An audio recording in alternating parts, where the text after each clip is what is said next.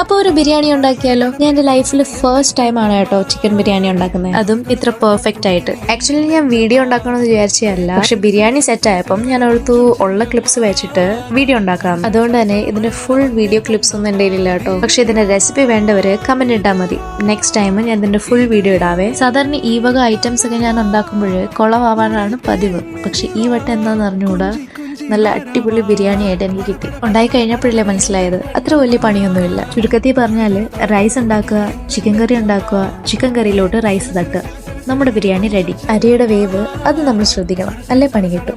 ഉണ്ടാക്കിയിട്ട് ഉടനെ അത് കഴിക്കരുത്. ഒരു 30 മിനിറ്റ് എങ്കിലും ദം ചെയ്ത് വെക്കണം. എത്രയും നേരം നിങ്ങൾ അടച്ചു വെക്കുന്നോ അത്രയും നേരം ആ ഫ്ലേവേഴ്സ് ഒക്കെ ബിരിയാണിയിലോട്ട് ഇറങ്ങും. എനിക്ക് ക്ഷമയില്ലായിരുന്നു, അതുകൊണ്ട് ഒരു 30 മിനിറ്റ് കഴിഞ്ഞപ്പോഴേക്കും ഞാൻ അത് കഴിച്ചു. ഇത് കഴിച്ചപ്പോൾ എൻ്റെ മനസ്സിൽ ആദ്യം വന്ന കാര്യം, ഞാനൊരു ഷെഫ് തന്നെ. ഇനി വീഡിയോസിൽ പല പല വെറൈറ്റീസ് ഓഫ് ബിരിയാണികൾ പ്രതീക്ഷിക്കാം കേട്ടോ. ഇനി നിങ്ങൾ കമന്റ് ചെയ്യും ഞാൻ ഏത് ബിരിയാണി ഉണ്ടാക്കണമെന്ന്. അപ്പോൾ ഇത്രയുള്ള ഇന്നത്തെ വീഡിയോ.